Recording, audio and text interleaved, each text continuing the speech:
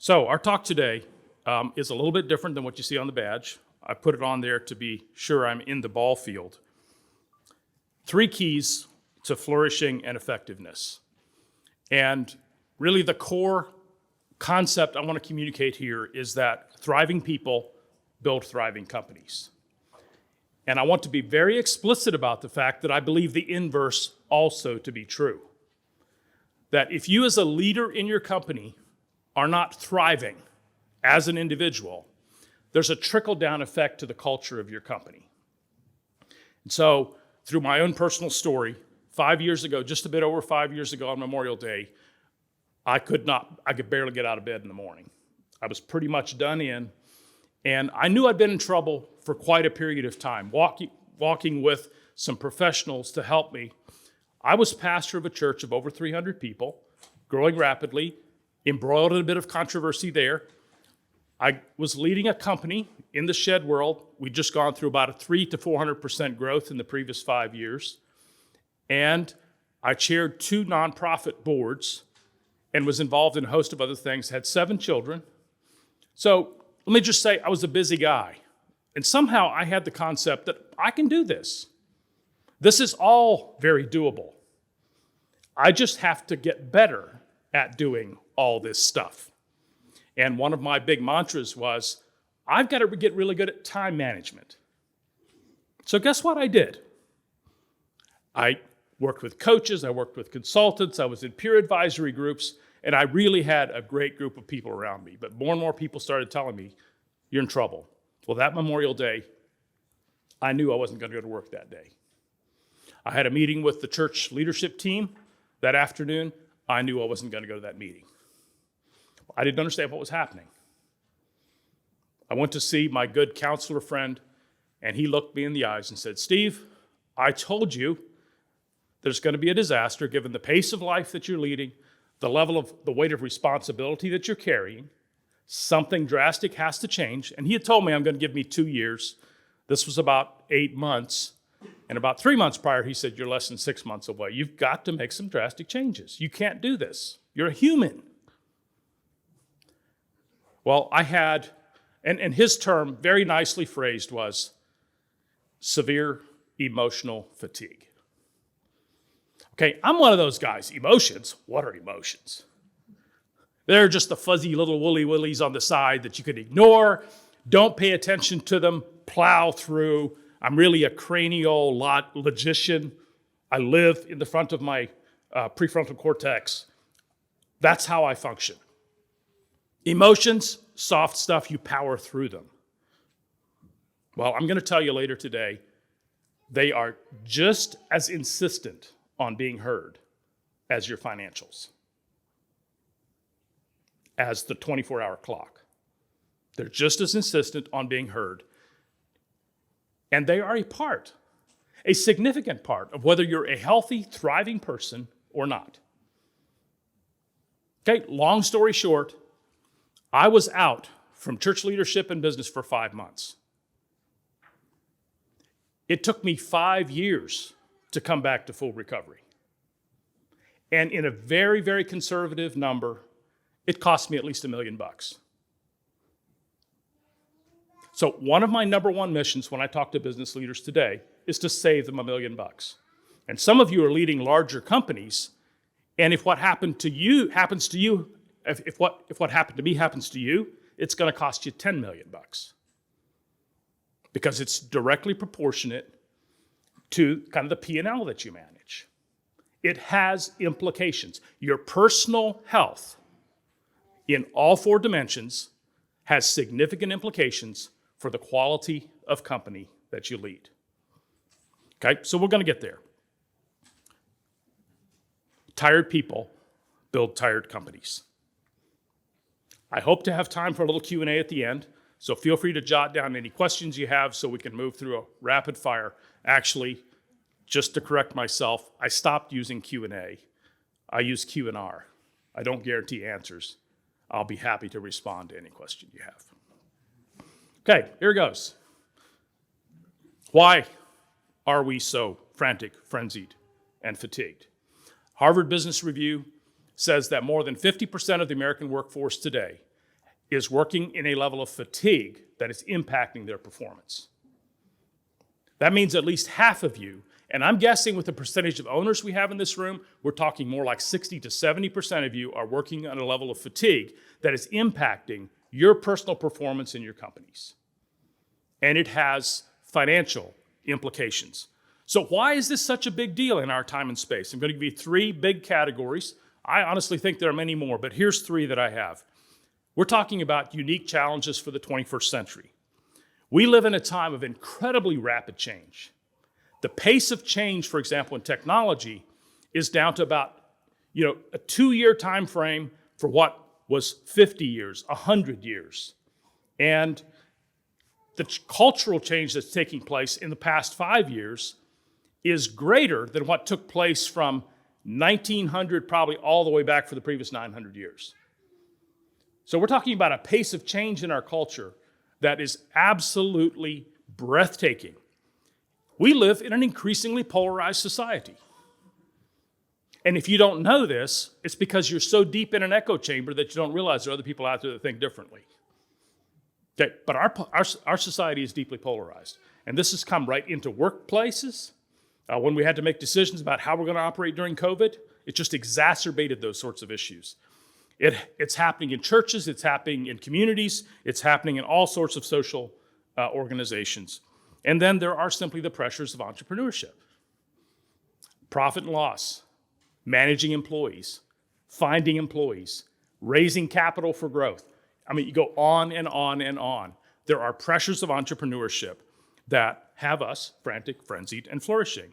Then there are specific cultural challenges. We live in a culture, and I speak here to Germanic Anabaptist groups, but we have it in abundance in American culture as well. Our culture is a culture that rewards overwork. And we almost wear exhausted as a virtue. Oh, see how tired I am? Oh, I'm giving it everything I've got. 6 days a week, 7 days a week, making it happen. And we wear it as a badge of honor. Lifestyle transitions. And this is happening, again, across many different cultures. I spent most of my life inside kind of a conservative Anabaptist culture. I know many of you are in those Amish Mennonite communities that are facing significant transitions in lifestyles because of entrepreneurship. And I call it the escalator. And here's a bit how it works. And I can give you the illustration from my own experience. Both of my parents grew up on the farm. Okay, my dad, as a teenager, left the farm, went into trades. So as a young married man, he was a carpenter, working for a contractor. He started a small business doing a trade for himself. 1972, building sheds. So he really became an entrepreneur. I bought him out to grow a company, which is a very different thing than having a job building sheds. Okay, so one of the qualifiers here, if you can't walk away from your business for 6 months and it functions, you don't have a company, you have a job. Okay, it's not worth anything to sell. You have a job. Okay, that's a hard truth for some of you today. So you're going to grow a company if you want an exit strategy. That's a very different thing than being in a trade for yourself. Well, guess what's happening to me? And I saw this coming. I was pretty sure it would happen. I have 7 children. Where do you think most of my children are going to spend their careers? I expect 1 or 2 tradespeople out of 7. Most of them are going to be professionals. Okay, the daughter who went to Harvard, working on her doctorate. 3 of my oldest kids all have graduate degrees. Professor, medical world. And here's how it works. Farm to trade, trade to business for oneself, to corporation. And when you're in a company, you interact with professionals of all sorts. And if you're paying attention, professional life looks pretty intriguing compared to that of an entrepreneur. What we're not prepared for is the shift from the heavy mental, physical work of farming and trades to the deeply mental, emotional work of entrepreneurship corporations. And let me tell you, it's a very different tired to come home from dealing with employee issues, finance issues, going after 7 banks to try to raise capital for your next phase of growth, dealing with insurance. It's a very different tired when you come home from that than it is from building a shed, milking cows, putting a fence up. And some of us, I'm not going to put this on all of you, but some of us are not good at understanding that tired. And it takes us out eventually. Because that tired is just as significant as the physical tired. You have to learn to identify it. So that escalator of change means we're constantly moving into new places that we don't understand. We don't understand the implications of it. And then there are the personal challenges. Many of us lead rather disordered and reactive lifestyles. We don't have a very clear vision for our personal lives. And so, and I'll speak for myself, not for you in this case, when I think about my relationship to my wife, there's a significant percent of the time I feel kind of guilty in not giving her more time, more attention, getting the things done around the house. And you know, that takes an emotional toll. My kids are growing up rapidly, and I think about all the games I've missed, the events I wasn't to because I was involved in business or travel. That takes an emotional toll when you stop to think about it. And we tend to just kind of bounce to the extremely urgent things rather than living thoughtfully and strategically. Then we all have, I think it's probably safe to say most of us have a chasm between the expectations we hold for ourselves versus where we really are and the way things really are. And one of the big challenges is, how do you live in that space? How do you live between what you thought you would be and your company would be and your lifestyle would be when you're 50 versus where you actually are at age 50? How do you live with that gap? There are stage of life issues.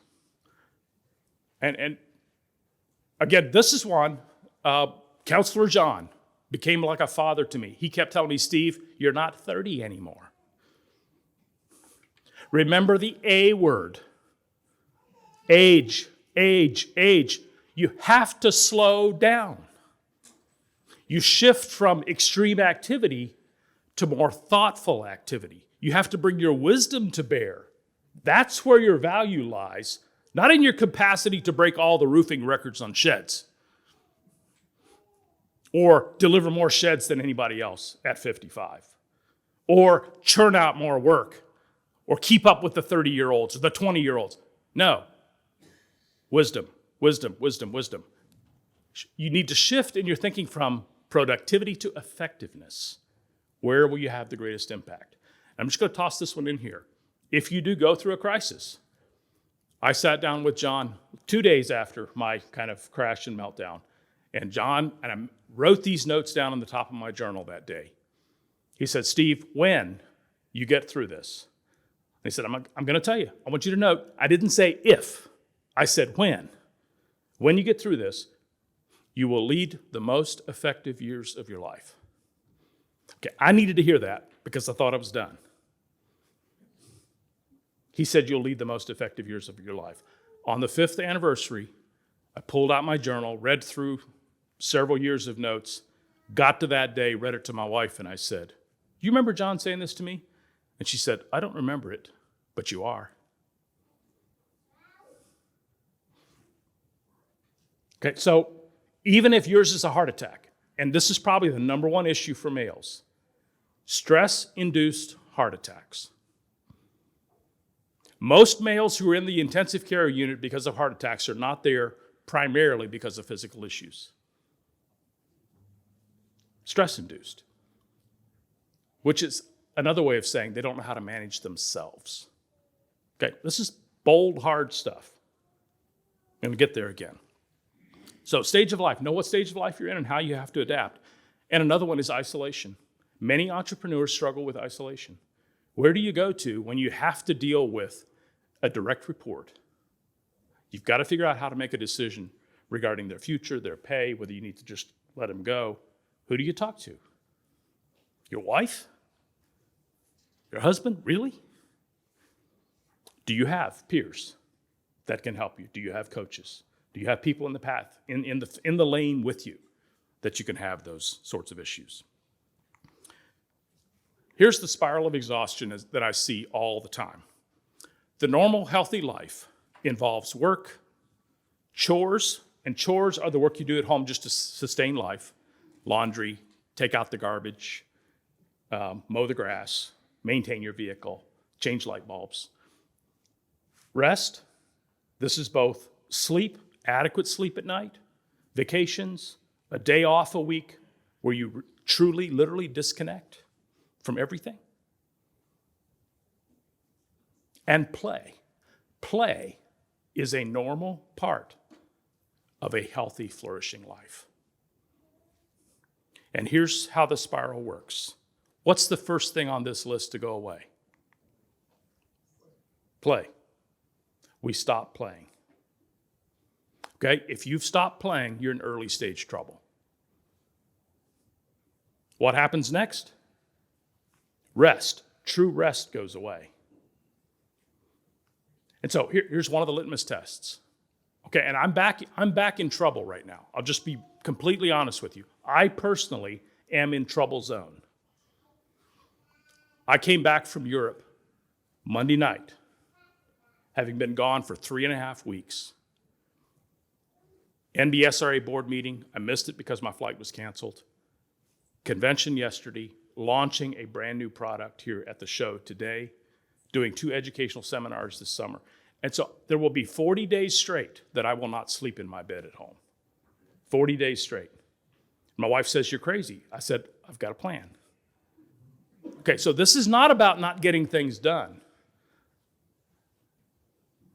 But it can only be for sprints. And then you've got to rest and play again. But here's the sign. You wake up in the middle of the night, what's happening to your brain?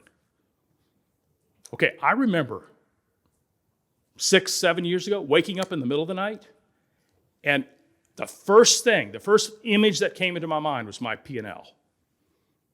And I could tell you the exact numbers on that P&L. And the numbers I was worried about, the numbers I was excited about. I'm just not, that's not healthy. Okay, it's not healthy. And then chores go away. And all of life is work. Work, work, work, work, work, work, work, work, work, work, work. And I'll tell you, my wife told me, and this was about 6 months after, she said, "Steve, you know, about 2 years ago, you quit turning off the lights after you as you walked out of the rooms." I was so focused on my work, I was losing touch with the normal, healthy chores, routines of life at home. Okay, extreme, extreme danger zone. And exhaustion, fatigue, burnout, some sort of crisis lies very close at that point. I remember one of my coaching clients, very early conversation I had with him. We walked through this spiral. And I said, "So where are you?" And he said, "I haven't played for 20 years. Playing is not socially acceptable." I said, "You're keeping the wrong company." Okay, it's going to get you in trouble. Was just in Ireland. Found this sign deeply intriguing because of some of the research I've been reading. Do you know that driving tired is as dangerous as driving drunk? The accident rates are just as high and deadly as drunk driving. So my question to you is, you're the owner, executive of your company, how much of your working time are you tired? And when you're working tired, you're not effective, you're not tuned in, you're not attentive. You're dangerous. you're dangerous. Somebody else has got powerful around here. Turn the lights off. Okay, so you can at least see my message yet. So, do you want to run your company drunk? Do you want your people running your company drunk? And is there anybody in the room that can do something about this?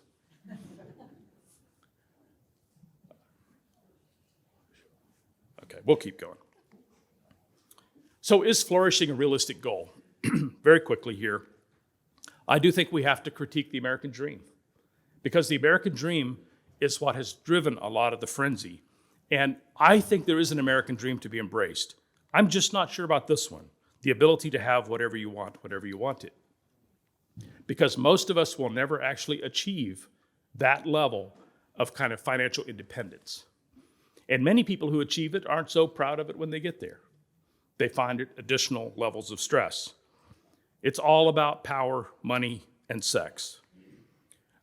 We must define our good lives for ourselves. So what is a good life for me, considering all the relationships I have, who I am as a person, the things I love, the calling I have on my life, why I believe I'm here on this planet. Shoot, now it's actually a bit bright. Why I'm here on this planet. And we have to get very intentional about defining success, given our personal sets of values and calling. So you have to define that. You have to define it for you, by you, given your set of values. And it's going to be a little bit different for everyone. It has to encompass all of life. Relationships, marriage, family, the ministries you want to be involved in, the friends that you have, and how you go out. How do you want to finish? You must have vision clarity. You must define your core values very carefully for yourself as a person. And I think for your marriage and for your family, it becomes helpful. We'll spend just a few minutes here and highly commend to you the work of Daniel Goleman. He's one of the world's leading authorities on emotional intelligence. And I apologize for the little fuzzy quality of this, but down on the bottom left here, we have the word disengagement, and we're talking about brain mobilization is very low, and performance is very low. Okay, and studies again are saying increasingly there's a large percentage of population that is not over here in frazzled and burnout, but they're just disengaged from their work. They show up, they're in the office, they're on the factory floor. They're not mentally engaged in their work, and their performance is sad. A lot of people in that zone. Okay, so what do we do when we have low engagement, low mental mobilization, low brain mobilization? Well, one of the first things we do often is try to impose some drivers. So performance-based pay. We do all kinds of things to try to get people engaged, get the workforce active. And that can begin to increase performance. And you'll see when performance goes up, there's more mobilization of brain activity. They start waking up a little bit. But you're not in your sweet spot if people are there doing their thing because of strictly the external drivers that are in place. So you look for ways to create internal drivers where they have a want to. That's higher brain mobilization, higher levels of performance. And your workforce begins to thrive. They're more engaged. Okay, and there's all kinds of leadership strategies around this, how you start engaging your workforce to get this kind of performance. But what Goleman does is define what he calls cognitive efficiency, or the state of flow, when you have a healthy level of kind of full brain mobilization and high performance. And I'm sure you can all think of times when you've been in the zone. And people use different words to describe it. A flow is one of the more technical terms that's being used now. And I've used the term, it's when people fast without intending to fast.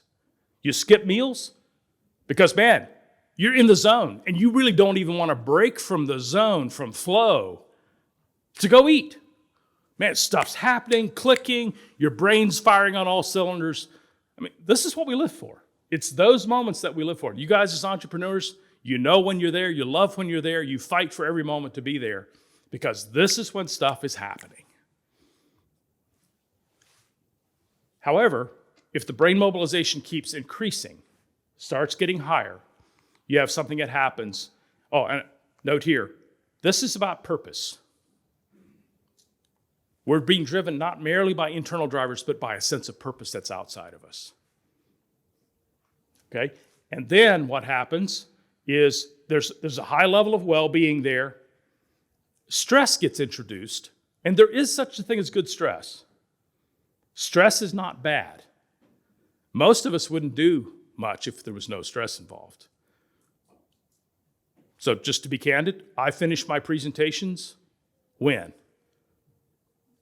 The last 30 minutes before I actually hit the stage. It happens every time. I might have most of it worked out. I'm tweaking, I'm fiddling, I'm messing, I'm doing something. The pressure's on, I feel the blood flow starting to go up, my brain starts getting in the zone. This is sweet stuff. This is stuff I love. And then I'll be absolutely exhausted once it's over. But I've been in the zone. Okay, so it's a great space. And there's good stress involved with that. Bad stress is when it doesn't let up and it doesn't go away. And eventually, our performance plummets again. Brain mobilization, however, is not low. It's just flying all the time. That's when you wake up in the middle of the night with the P&L in front of your mind. Your brain hasn't slowed down. Your brain is not actually resting. It's processing all the data you gave it all day and hasn't had time to process, so it's going to keep working all night, and you're going to kind of pretend to sleep. Lights are off, head's on the pillow, maybe, but you're not resting. There's parts of you that are not resting. And the stampede of horses in the brain is just going. And they're right there running when you wake up in the morning. Okay, that leads to frazzle. And that's not a good place. That's not a good place to be. So what begins to happen when you move on the red side of flow is your capacity to be attentive and attuned and aware of what's going on begins to plummet. The quality of decision-making goes badly. And so you'll make decisions that you haven't brought all your faculties to bear on the decision-making process. Increasingly reactive. And this starts to deeply impact company cultures. Okay, what are the 3 keys to flourishing? They're very, very simple. Just a little more complicated to actually implement. First of all, know yourself. I'm going to be honest with you. My own experience is, both as an individual, as a pastor, and as a coach, as an entrepreneur, most of us don't know ourselves well. Women tend to do a slightly better job at this. Men tend to do a slightly worse job. And there's a mix in that as well. But most of us do not know ourselves well. But the first step is to truly know yourself. We'll dive into that. The second one is slow yourself. This is counterintuitive, but you've got to pause. You've got to get off the treadmill. You have to intentionally slow. And then you have to grow yourself. And this is also an intentional activity. You can't assume you're going to grow. You can't assume that you're automatically becoming the sort of person that can lead the company you're trying to build. You have to intentionally grow yourself to be the person to lead the company that you want to have. And if you don't do this intentionally, you just simply grow out of your zone and the level of... See, Jack Dorsey can run Square and Twitter. Now, questionable as to whether he did a good job with Twitter or not. The stuff can be done. But most of us are not equipped to do it. We haven't grown ourselves with the set of tools to be able to do it well. And maybe we don't have the right people around us to do it well. But we have to intentionally grow ourselves. It involves a growth mindset that asks more questions than just makes dogmatic statements, is inquiring, open to change. It requires a personal growth plan. And you do also tend toward becoming the average of the 5 people who are closest to you.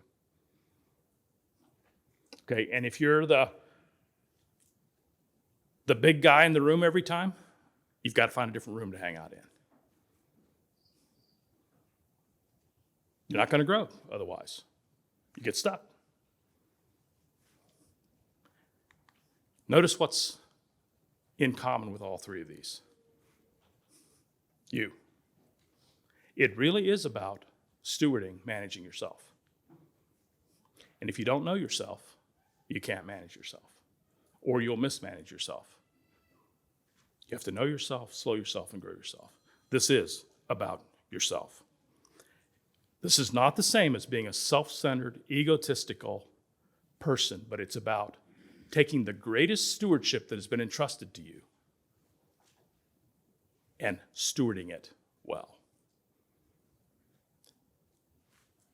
When it comes to your household, you in relationship to your household, who's the most important person?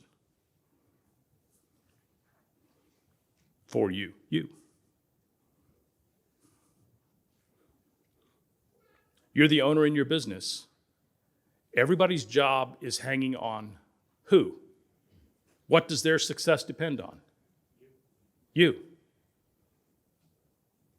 Okay, that can take you out if you think about that without doing something about it. And I well remember sitting down and thinking about how many households were impacted by every business decision I made. Vendors, bank, suppliers, employees. You just sit there and do the math. It's a big deal.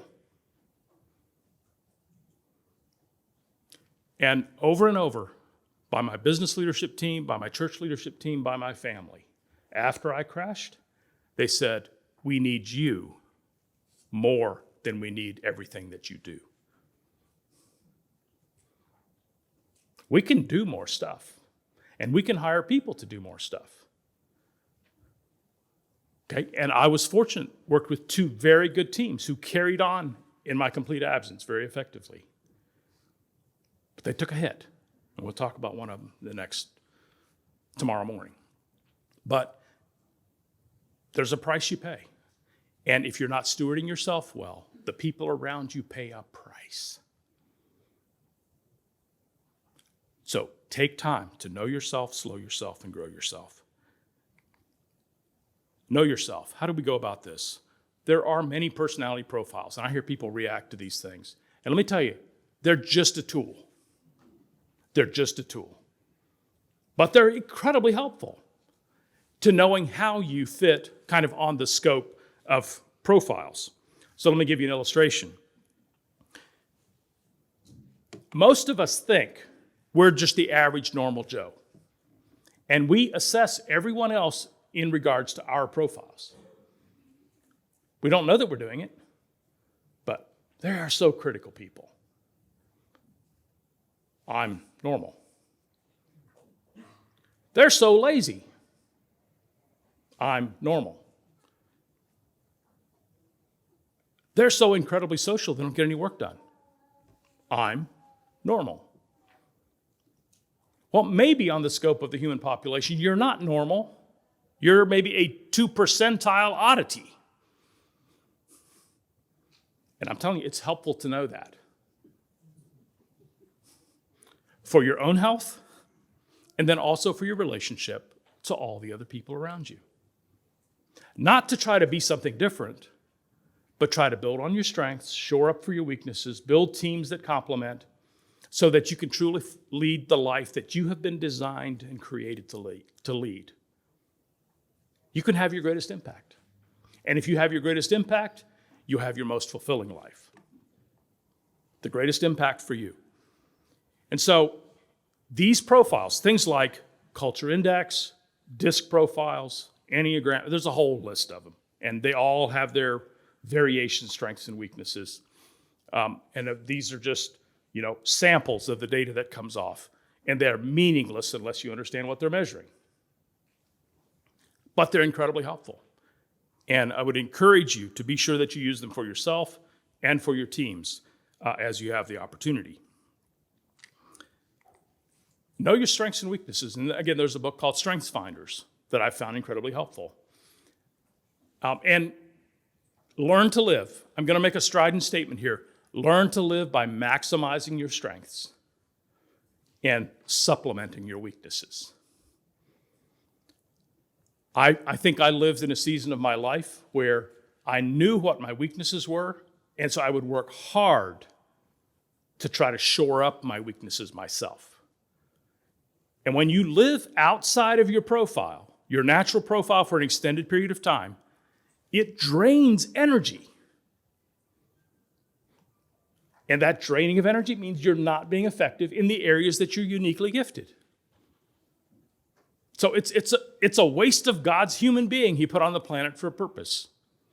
When you're trying to be a very detail-oriented person, deep in the math, deep in the data analysis, and it's just driving you crazy. Okay, there are people who love this stuff. Just get somebody like that to help you. Hire them, and you probably married somebody actually who's the exact opposite, and now it annoys you. Okay, it's often how it plays out. Emotional awareness. Again, this one has been one of my number one challenges. You know, my wife from day one would say, "So, how are you feeling?" I don't know. You ask me what I'm doing and what I'm thinking, got it. Feeling? No idea. Well, I had to eat humble pie on that one. And to this very day, if I want to know how I'm feeling, and I usually don't want to, but I know I need to, I actually have a chart. It's called Feelings Unlimited. And I was just telling somebody yesterday, I still often don't know how to answer the question, how are you feeling? And I often have to use the chart to say, well, what is it I'm not feeling particularly today? And I can go across this chart to the opposite side. And I say, oh, so I must be feeling, yeah, that's probably true. And you know, for 25 years, my wife would say to me occasionally, what are you angry about? Me, I'm not angry. Yeah, you are. I'm not throwing stuff around. And no, I'm just me deep in my brain, firing all cylinders. No, you're angry. Yeah, I'm angry. Now I know. I don't know as soon as she does. But I'm beginning to be aware of when I'm angry. And you know, the state of your emotions impacts your decision-making process just as much as how you're thinking, and often more. And if you can't identify the emotions, you can't actually bring that data to bear in a decision-making process. And it handicaps good decision-making, unless you're actually aware of it. So some of you guys, I'm sorry, I just gave you the worst news of your life. It matters how you feel. It really does. And you better pay attention to it. And then values-based priorities. And I want to dive into this one just in the next few minutes. I believe this one is incredibly important, and many subcultures in American society have this one all screwed up. And I'm not going to tell you how all gets screwed up. I'm going to give you how I kind of arrived at my final values-based priority list. And then you can decide how you're going to, what you're currently doing and how you think it ought to be. Okay, so let's go. Values-based priorities. Here's all the key relationships kind of summed up. And I've said, as a follower of Christ, as a Christian, God is my number one ultimate reality that will define, determine, and order every other single relationship in my life. And so whether you're Christian or not, whether you're a theist or not, every human being naturally ascribes some ultimate value to something or someone. That's how we're wired. That's how we're built. That's how we evolved, if that's what you think, okay? We have an ultimate defining reality. For some people, it's money. For some people, it's the girlfriend. For some people, it's sex. For some people, it's social power, social influence. And there is a host of possibilities. But everybody has that one ultimate defining reality. Be intentional and deliberate in choosing it, and then letting it shape every other facet of your life. Second, and this one might surprise you, I think is the self. Because you are the only one who can steward yourself before this God who has created you. Nobody else is going to do it. And this is not about being narcissistic. It's about stewardship. So it's the care and stewardship of the self. And the Apostle Paul said it so well. He said, I have to look after, and so he went to extreme hardship at times, did extremely difficult things that cost him great prices. But he was always careful that he didn't do something that would let himself be a castaway, that he would waste what had been entrusted to him as a person. So this is not about living a lazy, cushy life, but it's about being intentional and deliberate about how you order it. I think the spouse is next. And this is your connection to and enjoyment of the most important human relationship, period. And after being married now for 37 years, I think it is, I can tell you, this relationship will impact your business decisions, your business decision-making process in ways that are unimaginable. And if the marriage is under tension, it will impact your performance at work. You chose this man, this woman, for a reason. Keep it alive. Take care of it. Steward that relationship. It's the relationship that marks out every other single relationship in your human experience. And then your family. This is your lifelong innermost community. You can't shake them. They're not going away. If the life order cycle continues, they're the ones that are going to bury you. They're obligated to. Okay? It's the way it works. Pay attention. I had a long recovery on this one. Still working at it. Friends. Iron sharpening iron, friends. People who will look you in the eyes and say, that was stupid. You shouldn't have done that. But I love you, man.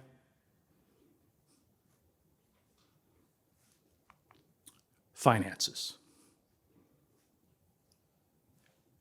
Your resources, the tools that you have to fulfill your responsibilities. You notice what hasn't showed up yet? What hasn't shown up? Work and ministry.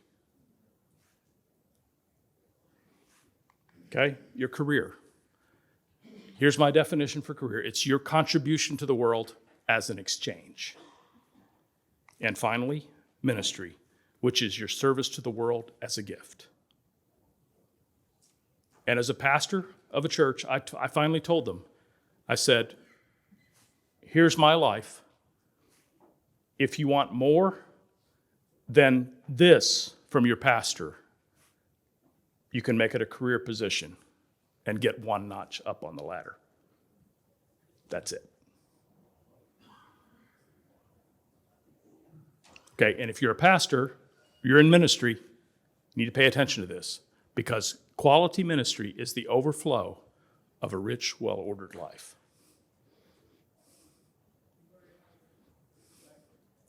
The overflow.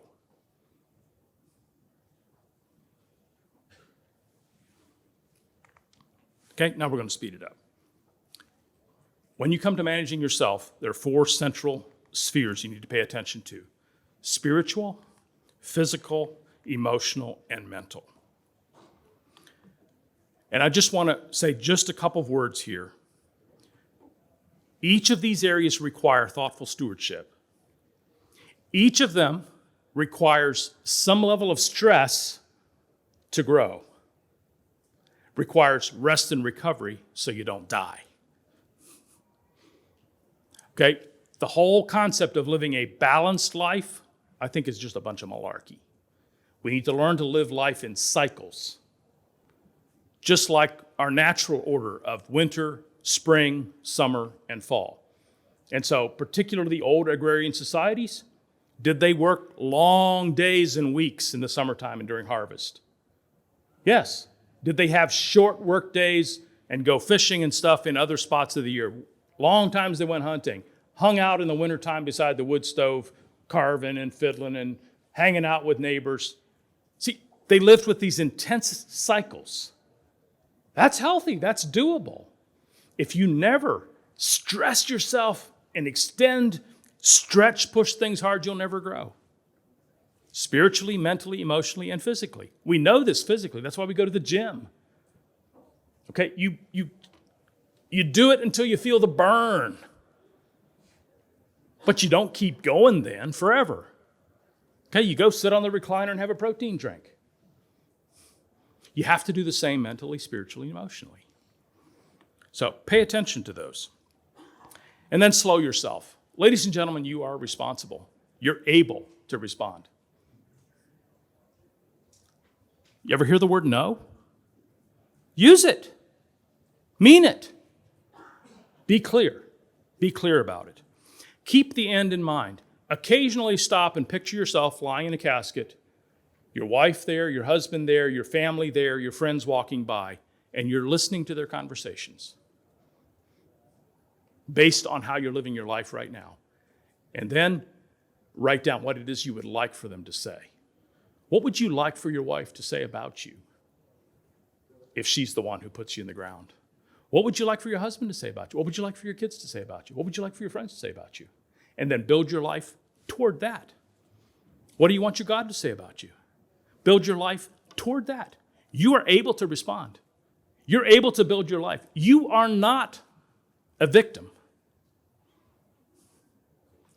You have things happen to you, but guess what? Every time something happens to you, you respond to it. And between the action and the response, there is a spiritual person, mental capacity, emotional capacities, and physical realities. And when you slow it down, you get to use those rather than just reacting. And you start growing in that space. You become effective in your leadership. This requires self-regulation. You can't be one of those guys that just, everybody can get the reaction they want because of what they say to you, rather than you giving them the response that you would like to offer. It requires growth, requires maturity, but you can do it because you can regulate yourself. You can grow in those areas. You have to embrace this stress to rest and recovery cycle. We've talked about it a couple of times. Just want to reiterate it. I can't tell you how important this is. People who avoid stress at all costs are children their entire lives. They never grow. People who don't know how to rest and recover from stress die young. Okay, you've got to have both. You've got to have both. And then steward your resources. I'm going to skip through this very quickly. Here's a little dashboard that I put together of a personal assessment that I've had people work through. Still been in development process. I'll talk to you about it in just a few moments. But you basically have 3 resources to steward. One of them is energy. And this is one that's a bit nebulous. We don't quite know how to talk about it. But it involves this spiritual, mental, emotional, physical energy. The second one is time. And we've got watches, timepieces. We can measure that one so easily. And then there's money or your stuff. Those are 3 resources, 3 buckets that you're drawing from every day. I learned that I was good at understanding P&Ls, cash flow statements, and balance sheets. So I understood money. There's a lot of stuff to learn, how it flows through a company and stuff. I was working with some of the best in time management, lived by my calendar. Even had an assistant who would manage all my time. So I was always on the clock, running a really, really tight ship. Energy management was not even on the radar. Didn't know how to talk about it. You powered through. Okay, one of the things I learned as particularly as I age, I now calendar around energy first. So my most critical, most impactful work, I calendar when I know I'm at my optimal energy. And it allows me to do those in flow. And usually better earlier in the week rather than later. So, and everybody's different. But if you learn to calendar around energy, your impact grows. But here's the cue. You can have the warning light coming on money, but if you've got plenty of time and energy, you can sort that one out. Even hard things in business.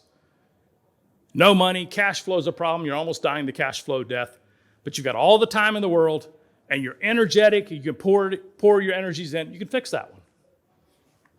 Okay, you don't have much time, but you've got plenty of money and energy.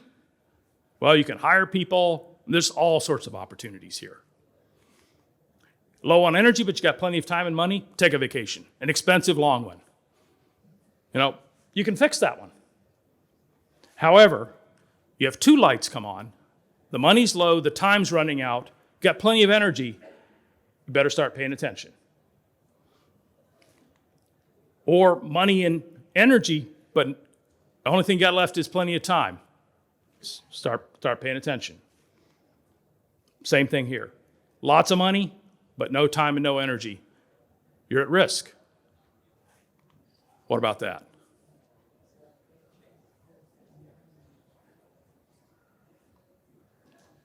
Give me a word to describe that. A sound. Okay, something. Okay, you have a little sheet of paper there. I will email my little simple assessment for you to walk through and just think through this if you're interested. Just give me your email address in a written form that I can read, and I'll email it to you with some instructions, just for an exercise to have you thinking. Okay, I don't know if you want to do it. Not sure some of you guys are big boys enough to even be honest about where you are. And then grow yourself. Develop this growth openness mindset. And I can't tell you how critical this is. I've always had a very open mindset. Loves to learn, inquire, ask good questions. One day I discovered I didn't carry that openness mindset into marriage. And it was causing me trouble. You have to have this posture in all of your relationships. Develop a personal growth plan. There are plenty of life coaches out there that will help you with this. And sometimes I think it's always helpful to have somebody help you kind of walk through the development. Build on your strengths. Learn to draw great energy from working in your strong zones. And then embrace the power of habits. We all have habits. It's one of the great gifts that God has given to us as creatures. But bad habits will kill you. Good habits, powerfully good habits, will propel your impact and effectiveness.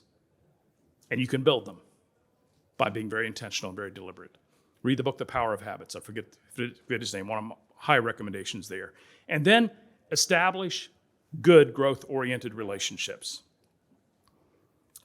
I'm going to say congratulations.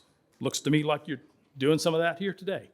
You've invested some time, talked to people, embrace this growth-oriented relationship.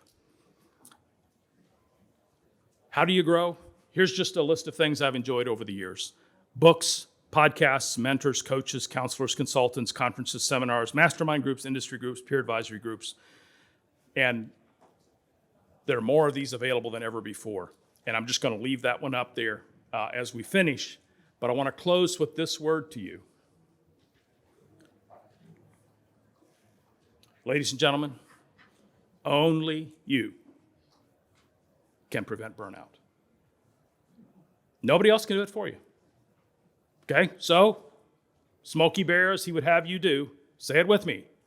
Only you can prevent burnout. Thank you very much.